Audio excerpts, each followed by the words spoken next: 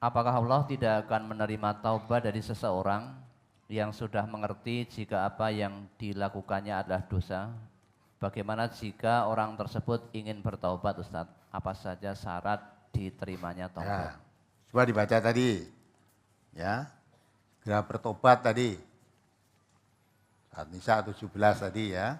Surat An-Nisa ayat 17 dan 18 halaman 3. Innamat taubatu 'alallahi lilladzina ya'maluna as-su'a bijahalatin summa yatubuna min qarib faulaika yatubullahu 'alaihim wa kana Allahu 'aliman hakima. Walaisatit taubatu lilladzina ya'maluna as-sayyi'at hatta idza hadara ahadahumul mautu qala inni tubatul an walalladzina yamutuna wa hum kuffar ulaika a'tadna lahum azaban alima. Sesungguhnya taubat di sisi Allah hanyalah taubat bagi orang-orang yang mengerjakan kejahatan lantaran kejahilan, yang kemudian mereka bertaubat dengan segera.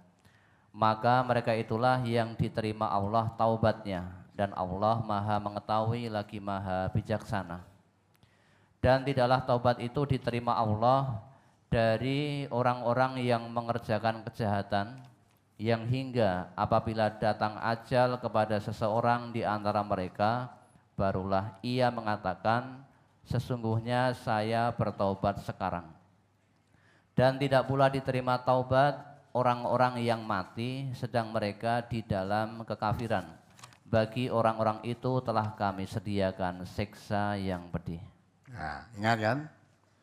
Jadi Allah mengatakan innamat taubatu 'alallahi ladzina ya'maluna melakukan perbuatan asu. Orang yang melakukan perbuatan jelek atau jahat bijahalatin karena kebodohannya, karena tidak tahu kalau itu salah. Tidak tahu kalau itu dosa. Nah setelah tahu summa yatubuna min qarib. Setelah tahu segera bertobat bersegera dalam jangka yang dekat. Ya.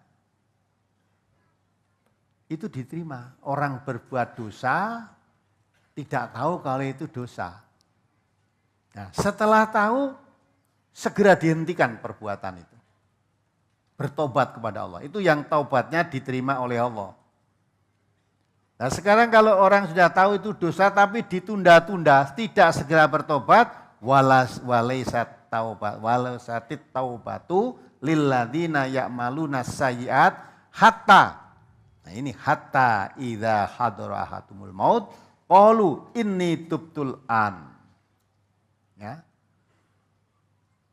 Tidak diterima taubat orang yang berbuat salah, berbuat dosa, tahu, dulunya tidak tahu, tapi setelah tahu tidak segera bertobat.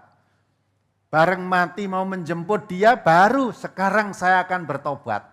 Dah tidak diterima. Bagaimana riwayatnya Fir'aun, tadi didakwai oleh Musa, wah sudah singkatnya memuncak sampai akan membunuh Musa beserta pengikut-pengikutnya. Setelah Allah menyelamatkan menyeberangi Laut Merah, Fir'aun dengan bala tentaranya ikut menyerang, ya tenggelam di situ. Fir'aun ketika tenggelam gelagapan itu baru menyatakan saya beriman kepada Tuhannya Musa dan Tuhannya Harun. Saya beriman. Ya, ketika belum makan mati suruh bertobat orang tobat-tobat. Nah, setelah akan mati baru dia sadar.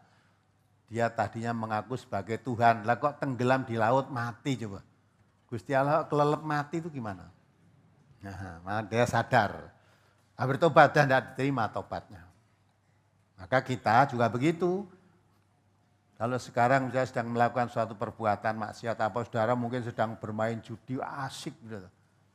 Dilalah cedak kalangan judi itu ada orang nyetel radio MTA, nerangkan bahwa judi, mabuk, ya, sesaji, mengundi nasib, itu rijsun min amali syaiton fajtanibuhu la'alakum tuflihun. Itu perbuatan setan. tinggalkanlah kalau kamu ingin beruntung. Ya. Dan itu sedang judi, sedang asik-asiknya. Bung Radio, berarti perbuatan setan ini. Ya tak? Tidak boleh itu. Nah, begitu mendengar harus segera dihentikan. Dah, saya berhenti. Karena Quran mana saya berhenti supaya beruntung. Biasanya kan orang Islam yang judi ada enggak? Orang Islam yang mengatakan kitab sucinya selain Quran ada enggak? Tidak ada. Semua orang mesti mengatakan kitab sucinya apa? Quran. Nah, ketika dia sedang judi mendengar ayat Quran diterangkan. Kitab sucinya menerangkan, oh ternyata menurut Quran perbuatan judi ini keji nih. Harus saya tinggalkan, beruntung supaya beruntung. Nah itu namanya segera. Begitu kemarin tidak tahu karena nanti kandani pengen judi, orang apa-apa wong judi pakai uangnya sendiri kok. Tidak minta orang lain. Ya, mau kalah yang rugi kan ya saya sendiri, bukan rugikan orang lain. Nah, tapi setelah datang Al-Quran, dia mendengar, sadar, segera bertobat, berhenti, walaupun sedang rame-ramenya. Mungkin sedang kalah, sedang menang, sedang mandek. Ora kok, yes pisan ini tak tutuk nih nanti rampung, tak selesaikan, besok saya tidak akan judi lagi. Nah itu namanya tidak segera. Lagi anu tugas sekali ini, besok mau bertobat, mati, udah. Tidak sempat tobat kan. Nah, maka kalau orang yang tidak tahu, melakukan kesalahan, setelah tahu segera berhenti, nah itu namanya orang yang bertobat. Tobatnya diterima. Taubat yang diterima oleh Allah itu, dia melakukan suatu perbuatan dosa, tapi bertobat. Tobatnya diterima oleh Allah, dihapus dosanya. Seolah-olah belum melakukan perbuatan dosa itu. Maka bertobat dengan segera. Ya. Tobat itu menyesal, kemudian tidak akan mengulangi lagi, kemudian diikuti perbuatan dosanya tadi dengan banyak kebaikan-kebaikan, dan bersumpah tidak akan berbuat lagi seperti yang dilakukan. Itu namanya taubatan nasuha. Maka kalau bertobat jangan ditunda-tunda, barang wis ngerti arep mati, setelah wah ku loro sakit, saya sakit parah dan tidak bisa ketolongan, dokter malah mengatakan sudah angkat tangan, baru bertobat. Buat sudah ketika akan mati itu sudah tidak diterima tobatnya. Apalagi? Halaman 2 surat Al-Furqan ayat 68. Walladzina la yad'una ma'allahi ilahan akhar wa la yaqtuluna an-nafsal lati harramallahu illa bil haqqi wa la yaznun wa may yaf'al dzalika yalqa atsama. Dan orang-orang yang tidak menyembah Tuhan yang lain beserta Allah dan tidak membunuh jiwa yang diharamkan Allah membunuhnya kecuali dengan alasan yang benar dan tidak berzina. Barang siapa yang melakukan demikian itu, niscaya dia mendapat pembalasan dosanya. Terus, lanjutkan. Yudha'af lahul azabu yaumal qiyamati wa yakhlud fihi muhana illa man taba wa amana wa amila amalan shalihan fa ulaika yubaddilullahu sayyi'atihim hasanat wa kana Allahu ghafurur rahima. Ya, nah, perhatikan. Dan orang-orang yang tidak menyembah Tuhan yang lain beserta Allah dan tidak membunuh jiwa yang diharamkan Allah membunuhnya kecuali dengan alasan yang benar dan tidak berzina. Barang siapa yang melakukan demikian itu, niscaya dia mendapat pembalasan dosanya, yakni akan dilipat gandakan azab untuknya pada hari kiamat, dan dia akan kekal dalam azab itu dalam keadaan terhina, kecuali orang-orang yang bertaubat, beriman, dan mengerjakan amal soleh, maka kejahatan mereka diganti Allah dengan kebajikan. Dan adalah Allah Maha Pengampun lagi Maha Penyayang. Yang ditanyakan apa yang dimaksud menyembah Tuhan yang lain beserta Allah, apa menyembah Allah juga menyembah yang lain, Ustaz? Maksudnya itu berbuat syirik, menyekutukan Allah. ya, menyekutukan Allah. Walladzina yad'una ma'allah ilahan akhar. Di samping dia meminta atau menyembah, menghambakan diri pada Allah, juga kepada yang lain. Itu dosanya sangat besar. Dosanya sangat besar. Karena perbuatan syirik itu dosa yang paling besar dan tidak diampuni oleh Allah. Ya kan? Jadi saudara tiap hari sholat, iyyaka na'budu wa iyyaka nasta'in. Hanya kepadamu ya Allah saya menghambakan diri, hanya kepadamu saya mohon pertolongan. Itu tak kalau sholat begitu kan? Tapi prakteknya dalam kehidupan, nah nanti mau bikin rumah, sesaji selamatan.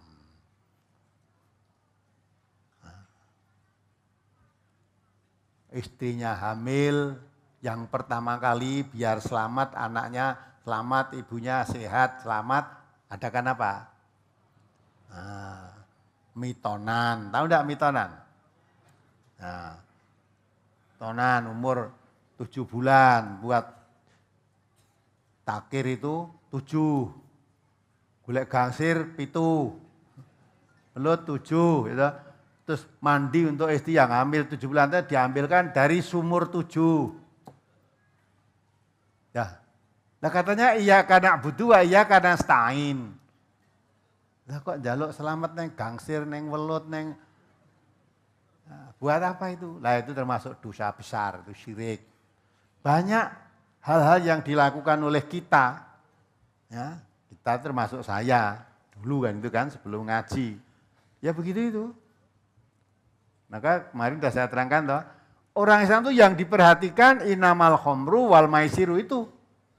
Khomer, mabuk itu, judi, itu diketahui oleh umat Islam. Kalau itu rijasun mimalista atau dengan kata lain itu perbuatan haram harus dijauhi.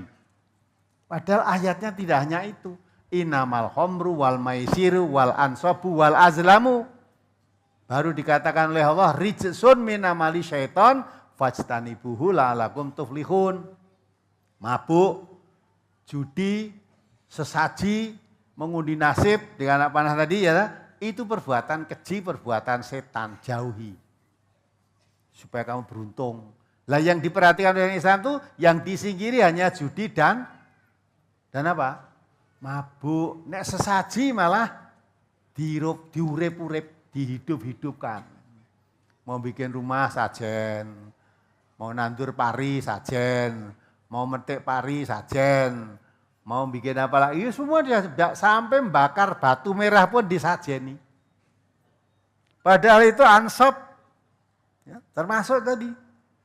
Malah kalau bangsa selamatan sajen itu malah didungani oleh orang yang dipandang tokoh agama, doanya doa Islam. Talbisul haqqo bil batil, mencampur adukkan yang hak dengan yang batil. Dan di antara saudara itu kan ada bekas pendoa-pendoa ada ini. Lihat potongannya ini ada nih. Ini bekas pendoa-pendoa orang selamatan itu. Selamatan. Mau jadi manten ya begitu, kayak kembar mayang tuh ditebus ke.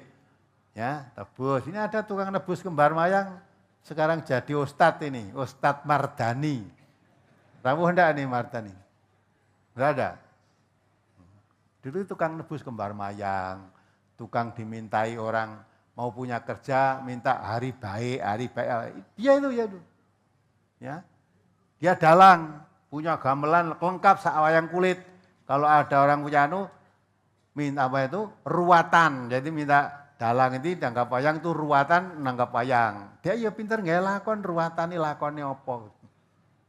Dalang telah mencium baunya Quran, dia ngaji terus alhamdulillah dapat hidayah. Sekarang sudah tidak tukang bikin hari baik sudah tidak melaksanakan nebus kembar mayang. Ya, sudah.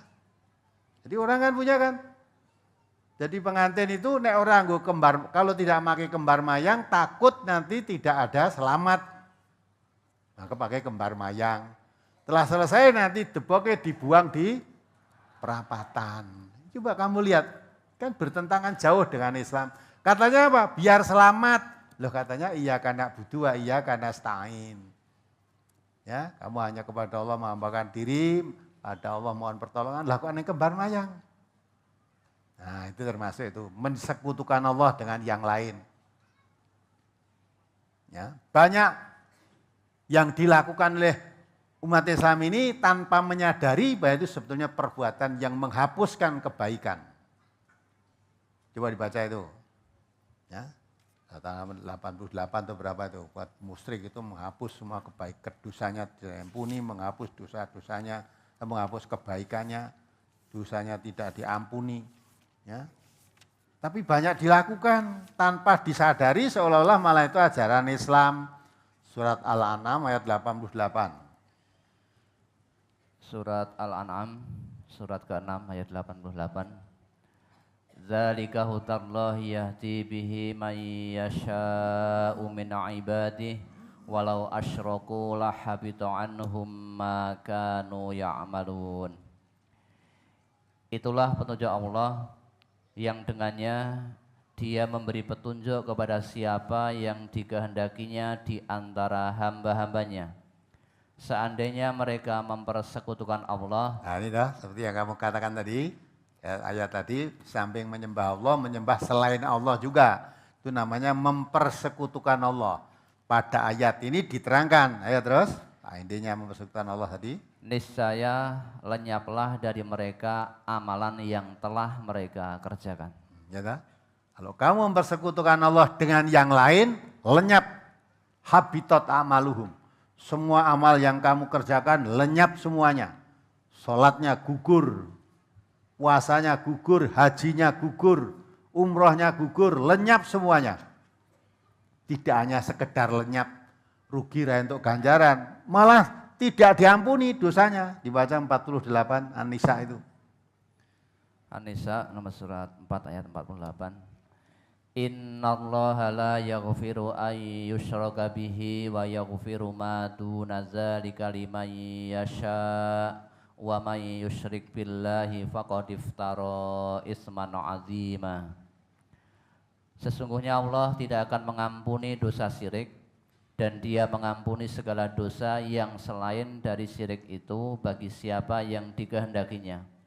Barang siapa yang mempersekutukan Allah, maka sungguh ia telah berbuat dosa yang besar. Ya tak? Siapa berbuat syirik, mensekutukan Allah, berbuat dosa yang besar. Dosanya besar, innallaha la yaghfiru, Allah tidak mengampuni dosanya.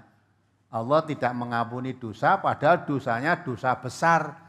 Tidak sekedar tidak mengampuni dosanya, malah itu menggugurkan amal kebaikannya. Habitat amaluhum tadi. Maka dikatakan itu dosa besar. Satu ayat lagi, 116. An-Nisa. Hampir sama, hanya akhir ayat saja yang berbeda. Surat An-Nisa ayat 116. Innallaha la yaghfiru ay yushraka bihi wa yaghfiru ma duna dzalika liman yasha wa may yusyrik billahi faqad dhalla dhalalan ba'ida. Sesungguhnya Allah tidak mengampuni dosa mempersekutukan sesuatu dengan Dia, dan Dia mengampuni dosa yang selain dari syirik itu bagi siapa yang dikehendakinya. Barang siapa yang mempersekutukan sesuatu dengan Allah, maka sesungguhnya ia telah tersesat sejauh-jauhnya. Nah, ya kan? Siapa mensekutukan Allah dengan yang lain, dia telah tersesat, sesat sejauh-jauhnya. Pada ayat 48 tadi, dia telah berbuat dosa besar. Pada ayat 116 ini telah berbuat sesat sejauh-jauhnya. Pada ayat 88 surat Al-An'am, menghapuskan semua amal kebaikan. Jelas masuk neraka lah orang musyrik itu. Dosanya tidak diampuni, ya, kebaikan-kebaikannya hapus semuanya. Nah, maka itu jangan mensekutukan Allah dengan apa dan siapapun. Maka dikatakan innallaha la yaghfiru ayyushraka bihi wa yaghfiru ma duna dzalika liman yasha. Allah tidak berkenan mengampuni dosa syirik. Adapun dosa-dosa selain syirik, Allah berkenan mengampuni kepada siapa yang dikehendaki. Kalau dosa syirik sudah tidak ada yang diampuni. Dosa selain syirik, Allah berkenan untuk mengampuninya. Nah, maka hati-hati, jangan sampai kita berbuat mensekutukan Allah dengan apa dan siapapun. Maka tegakkan niat yang ditanamkan dalam hati kita, petunjuk Allah itu inna sholati wa nusuki wa mahyaya wa mamati lillahi rabbil alamin. Sudah itu jangan terpengaruh apa-apa. Sholatku lillahi rabbil alamin. Nusukku lillahi rabbil alamin. Nusuk itu ibadah. Wujudnya ibadah menyembelih hewan itu nusuk seperti korban itu. Untuk siapa? Lillahi rabbil alamin. Bukan korban untuk danjang, bukan korban untuk hari baik, bukan korban untuk tidak ada itu semua. Lillahi rabbil alamin. Wa mahyaya aktivitas hidup. Saudara dari rumah datang ke sini ngaji untuk apa? Lillahi rabbil alamin. Saudara mencari nafkah untuk apa? Lillahi rabbil alamin. Karena manusia hidup diperintahkan oleh Allah jangan dilupakan duniamu. Walaupun tujuan hidup cari bahagia di akhirat, tapi wala tansa nasibaka minat dunya. Jangan kamu lupakan duniamu. Kamu hidup di dunia butuh makan, butuh berpakaian, butuh bertempat tinggal. Maka untuk memperoleh itu semua kamu kerja. Kerja untuk apa? Lillahi rabbil alamin. Memenuhi kewajiban hidup ini. Mencukupi kebutuhan hidupnya. Itu perintah Allah juga. Nah, sampai mati wa mati lillahi rabbil alamin. Sampai mati, jangan sampai mati illa wa antum muslimun wala tamutunna illa wa antum muslimun. Jangan kamu mati kecuali mati dalam tunduk patuh kepada Allah. Ya, jadi semua aktivitas hidup kita itu hanya mengharap ridhonya Allah. Maka jangan memperhatikan manusia. Manusia senang boleh, tidak senang boleh, silahkan. Memuji silakan, mencela silakan, tapi tidak mempengaruhi, tidak menggoyahkan niat kita hanya karena Allah. Dan ketawakalan kita hanya kepada Allah. Tidak ada kita minta tolong kepada selain Allah, enggak ada. Allah aja.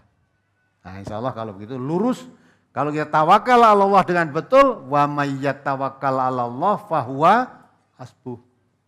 Orang yang bertawakal kepada Allah, Allah akan yang menjadi penanggungnya, yang akan mencukupi segala keperluannya, yang akan mengurusnya, itu Allah nanti. Apalagi? Saya pernah melakukan kesalahan di instansi tempat saya bekerja, hingga saya dikeluarkan dari instansi tersebut. Saya menyadari memang saya telah melakukan kesalahan dan patut menerima konsekuensi tersebut, yakni dikeluarkan dari instansi atas kejadian tersebut. Saya sangat menyesal, kecewa atas perbuatan saya sehingga mengakibatkan saya menganggur. Tapi saat ini saya telah mendaftarkan di instansi yang baru dan telah dinyatakan diterima tetapi belum mulai bekerja. Instansi yang sekarang lebih kecil dari instansi sebelumnya dan gajinya pun lebih kecil dari instansi sebelumnya.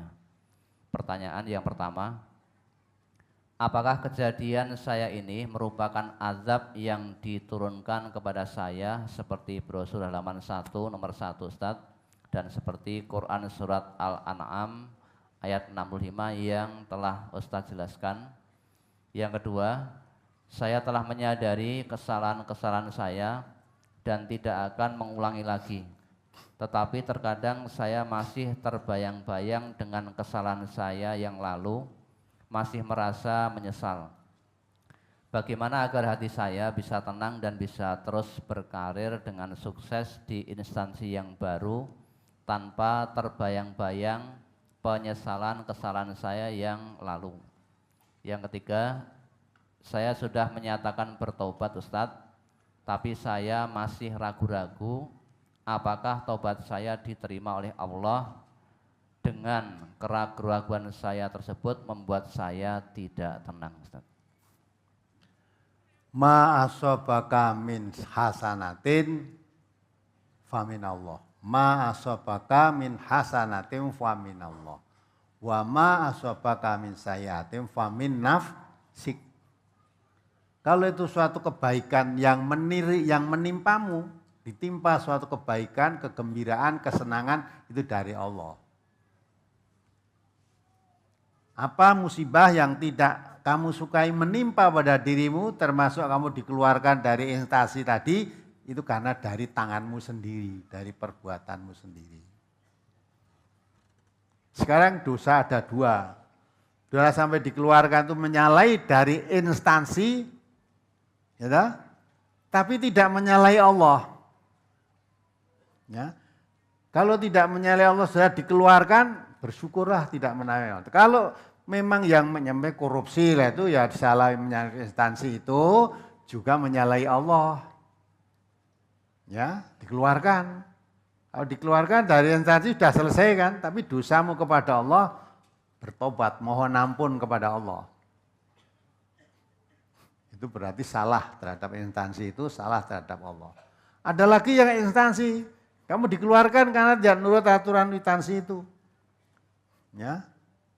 Misalnya membeli instansi apa yang kamu tempati lah, saya nggak tahu. Suatu contoh aja, dari ketua instansi itu, misalnya mendapat dana bantuan misalnya dari pemerintah instansimu, dapat bantuan 1 miliar untuk membangun gedung apa perkantoran apa-apa lah gitulah. Terus kepala instansimu memerintahkan, terima, ya toh? Izin untuk membuat bangunan tadi, ya kira-kira habis 750 aja lah, 750 juta. Berarti yang 250 juta, patene kan gitu kan. Tapi kamu membuat laporan, walaupun 750 juta, tapi laporannya 1 miliar. Nah kamu tidak mau, kamu bikin apa adanya saja, nah kamu dikeluarkan.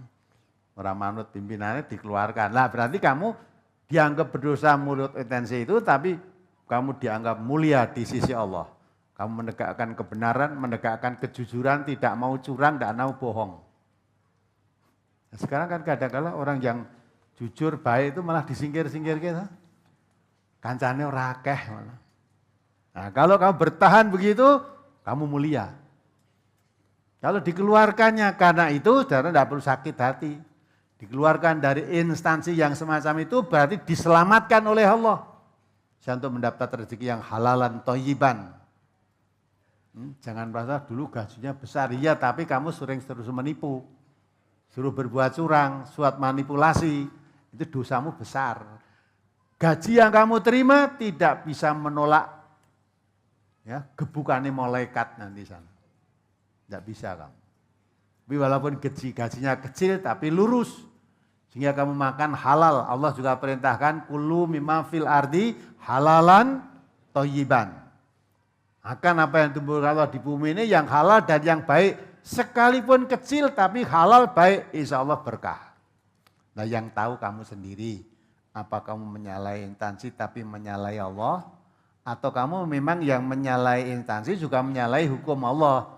Ya, kalau kamu menyalahi dari instansi dikeluarkan ya sudah jadi pelajaran. Nanti kalau saya sudah dapat pekerjaan lagi di instansi lain ini, saya tidak akan berbuat seperti yang kemarin yang menyebabkan saya dikeluarkan. Tapi tetap dimanapun juga saya tanamkan perasaan dalam diri kita itu bahwa Allah selalu mengawasi kita. Maka perintah Nabi, ittaqillaha haitsuma kunta, takwalah kamu kepada Allah di mana saja kamu berada. Kamu di instansi manapun, diawasi oleh kepalanya atau tidak diawasi, merasa Allah selalu mengawasi saya. Nah, insya Allah orang begitu orang selamat. Maka kamu renungkan. Tidak perlu kalau memang sudah merasa berdosa kepada Allah, kok selalu ingat. Jadi orang yang baik itu selalu mengingat dosanya. Nabi kita mengatakan, orang yang beriman itu kalau teringat dosanya, dia seperti duduk di kaki bukit, di bawah bukit itu, bukitnya mau tumbang, mau ambruk. Seolah bukitnya tadi mau ngebrui dirinya. Jadi khawatir saja apa selamat saya di sini. Itu orang mukmin kalau mengingat dosanya. Lah kalau orang begitu takut akibat dosanya itu selalu diingat, maka dia akan selalu tidak akan berbuat dosa lagi. Karena takut akibatnya. Kalau orang kafir melihat walaupun dosanya sebesar gunung, dikatakan Nabi, seperti seekor lalat hinggap di hidungnya. Dosanya sebesar gunung itu kayak gini, ada lalat hinggap di hidung, mudah dihalo, dikini dah hilang. Digesah itu sudah hilang. Tidak ingat dosa. Tapi orang mukmin walaupun dosanya tidak sebesar gunung, kecil. Tapi kalau mengingat itu takut akibatnya, balasan dari dosa saya. Apa selamat saya dari perbuatan saya ini. Maka selalu mengkhawatirkan. Kalau khawatir tidak selamat, maka memacu dirinya untuk memperbanyak kebaikan-kebaikan dan untuk lebih semangat menjauhi perbuatan-perbuatan dosa. Nah, harusnya saudara tidak tenang mengingat dosa itu bagus, harus diingat-ingat terus. Dan setelah mengingat tidak berhenti, tidak tenang saja. Semangat berbuat baik untuk mengimbangi dosanya tadi harus lebih maju. Semangat untuk menjauhi perbuatan dosa, jangan sampai saya terjerumus berbuat dosa lagi. Nah itu hikmahnya yang diambil. Apalagi? Apakah bisa dikatakan bertobat ketika orang sudah tidak minum, tidak judi, tidak mencuri dan sebagainya, tetapi tidak melaksanakan sholat? Karena kita sering mendengar orang bertobat tapi tetap tidak melaksanakan sholat, Ustaz. Tidak ada itu tidak tobat. Jadi kalau orang tidak minum, tidak judi, tidak zina, tidak mencuri, tidak salat, rugi dia. Harapkan apa kamu? Nek wis ora salat ya sisan. Ya, karena ciri-ciri orang jelek itu kata Allah, adha'u shalah wattaba'u syahwat. Menyia-nyiakan sholat, jadi tidak mengerjakan sholat, mengikuti hawa nafsu, menuruti syahwat. Kamu tidak sholat, ya, kamu berbuat baik atau tidak baik, tidak sholat, tetap di neraka tempatmu. Ya sisan-sisan, surah salat, mendem sisan, zina sisan, ya, main sisan, dipol-pol ke sisan, ora sholat, kok mau apa? Kok tidak gitu, saya takut dosa. Nek kalau kamu takut dosa, sholat toh. Jangan dikira kamu judi dosa, nek ora sholat, ora dosa. Jangan begitu. Kalau memang betul-betul kamu takut dosa, jangan kamu kafir. Orang kafir itu tempatnya di neraka. Dan dikatakan Nabi kafir itu orang yang tidak sholat. Sekalipun mengaku Islam, tapi kalau tidak sholat, kafir. Sekalipun kamu sudah ibadah haji, namanya aja tulisi ha 3 kali haji loh. Nah itu. Tapi baraji ora sholat, kamu haji kafir. Ya, haji kok ora sholat itu kan haji kafir kamu. Ya maka itulah kalau tidak sholat ya sudah terserah, orang tidak sholat itu diumbar karo Gusti Allah kok. Mau judi, ya mau judi nanti kalau ya ketahuan kepolisian pemberantasan judi ya dihukum pemerintah nanti. Ya, mencuri begitu nanti ketangkap ya sudah. Sekarang lebih dasar lagi. Sekarang ini dengan artis itu lebih cenderung kepada prostitusi. Ya, tadi saya lihat tayangan TV itu artis dan prostitusi. Sekarang prostitusi pelacuran itu tidak dagangan, hanya malah lewat dunia maya. Tawar-menawar lewat internet. Ya, ada yang katanya tadi, ada yang sampai harganya 800 juta barang. Kayak pelacure kaya ngopo. Kayak 800 juta eloknya di mana gitu loh. Ya, 1 jam 800 juta. Kayak sing nganggo piye coba. Nah, 800 juta loh, bayangkan coba.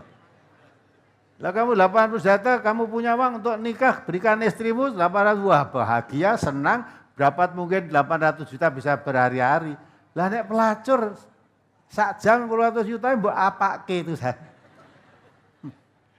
Nah, setan itu bang pandai membujuk manusia melihat yang jelek itu tampak baik, melihat yang batil tampak hak, melihat yang menyengsarakan tampak membahagiakan. Itu kepandaian setan. Maka jangan mengikuti langkah setan. Setan itu aduwwum mubin. Setan itu apa itu? Musuh yang nyata. Coba dibaca surat Al-Hasr 39.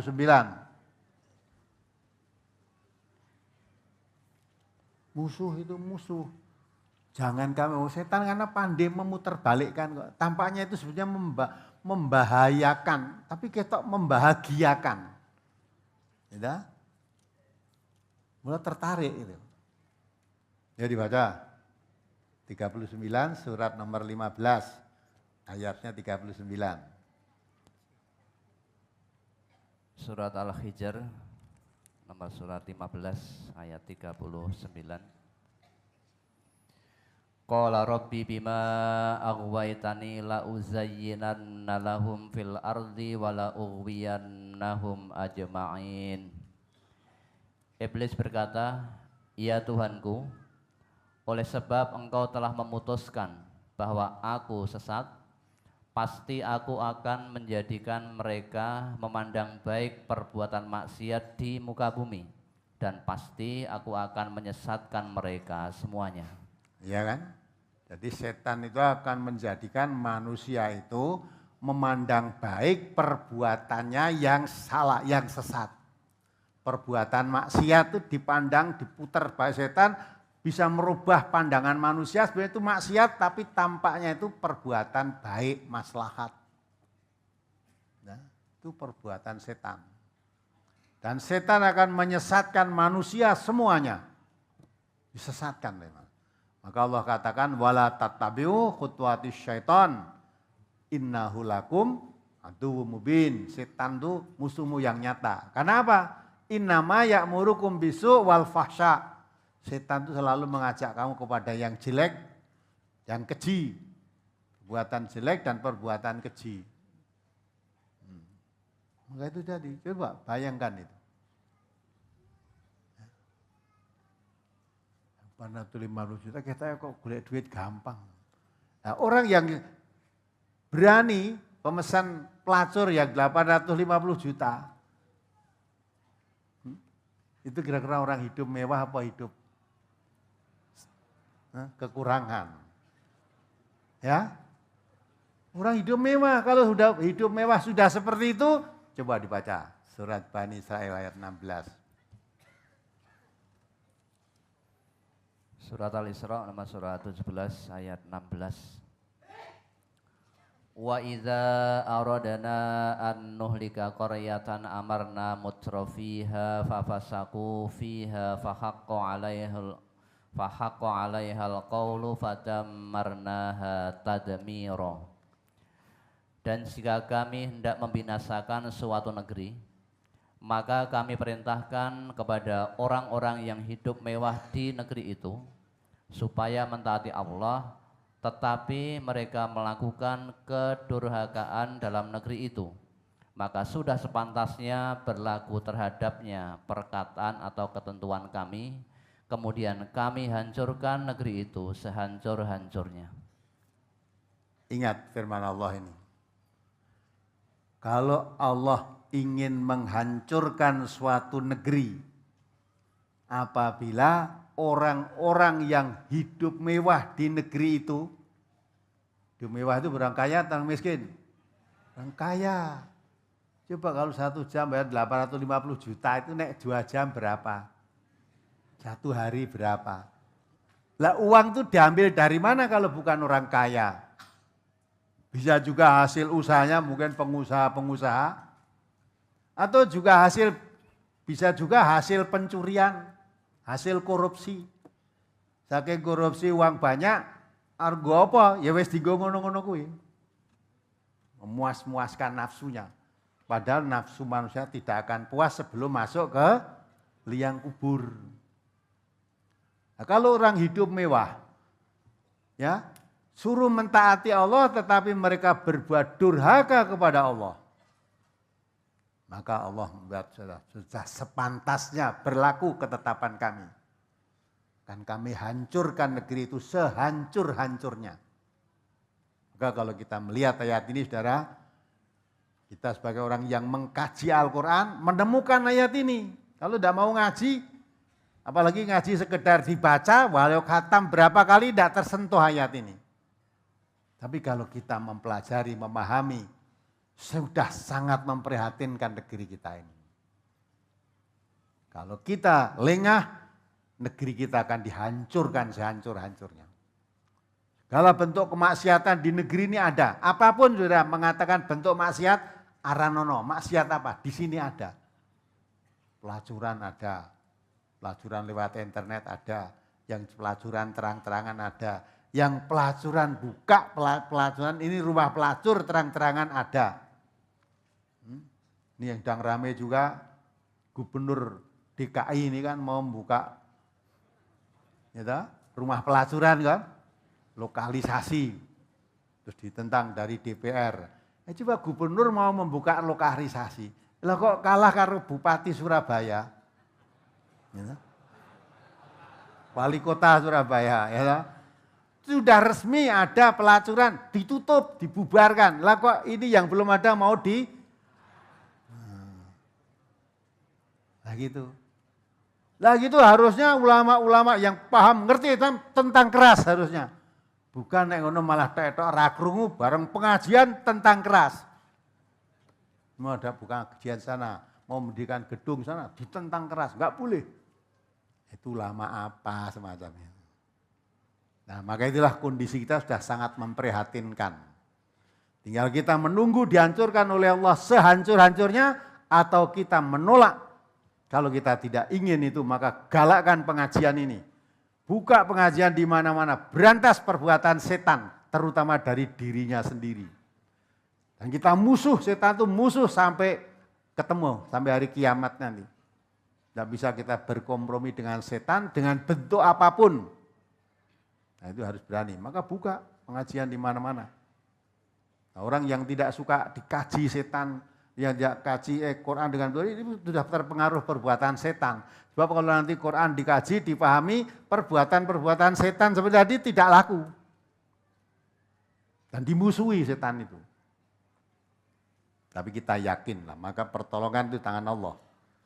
Nah, manusia-manusia tidak menolong silahkan, tapi Allah yang pasti menolong. Intan surullah dan surkum. Kalau kamu betul-betul menolong agama Allah, Allah menolong kamu. Sabit aqdamakum, menguatkan pendirianmu.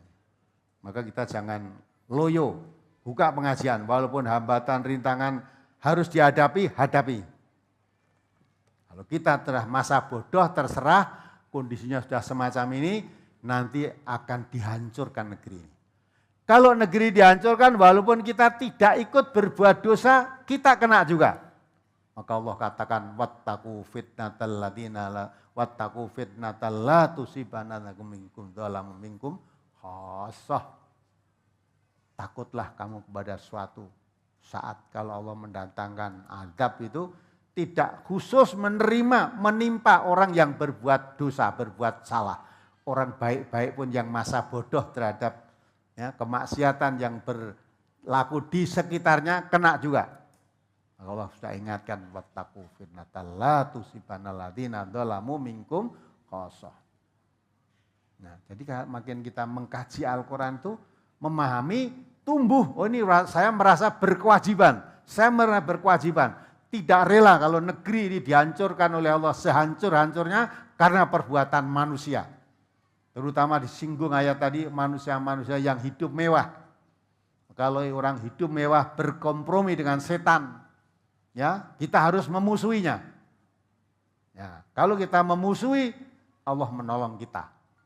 Orang-orang yang semacam itu musuh jangan sampai kita membiarkan dia, apalagi malah ikut. Musuh setan dari dirinya sendiri terutama. Dirinya sendiri, keluarganya dijaga jangan terpengaruh setan. Qu anfusakum wa ahlikum naro. Baru nanti wa anzir ashiratakal aqrabin, kerabat-kerabat dekatmu, handai tolanmu, semenak kerabatmu, seluruh masyarakat manusia. Mau syukur tidak mau terserah. Tapi kita sudah berusaha. Allah membaca usaha kita ini. Ya. Dan ini mudah-mudahan termasuk kita bisa memenuhi persyaratan untuk masuk surga. Diingat kembali surat Ali Imran 142 itu. Tapi kalau kita melihat kemungkaran, kemaksiatan, ya kita biar saja, diamkan saja, ya kita kena nanti. Surat Al-Imran nomor surat 3 ayat 142. Am hasibatum an tadkhulul jannata walamma ya'lamillahu alladhina jahadu minkum wa ya'lamas sabirin.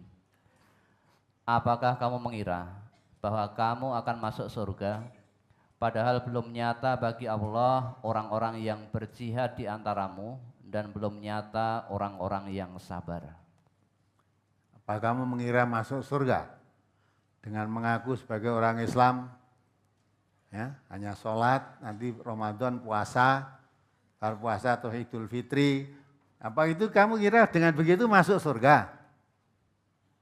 Sedang Allah belum melihat kenyataan kamu bersungguh-sungguh, ya, belum bersungguh-sungguh. Walamma ya'lamillahu alladhina jahadu minkum, kesungguhan. Ya, coba diartikan, ada notnya di situ mungkin. Jihad dapat berarti satu, berperang untuk menegakkan Islam dan melindungi orang-orang Islam. Dua, memerangi hawa nafsu. Tiga, mendermakan harta benda untuk kebaikan Islam dan umat Islam. Empat, memberantas yang batil dan menegakkan yang hak. Nah, sudah kita lakukan seperti itu. Ya, itu jihad. Alladzina jahadu minkum, orang-orang yang berjihad di antara kamu, yang menegakkan kebenaran, memberantas kebatilan, ya, memerangi hawa nafsu, ya, melindungi Islam dan menegakkan Islam,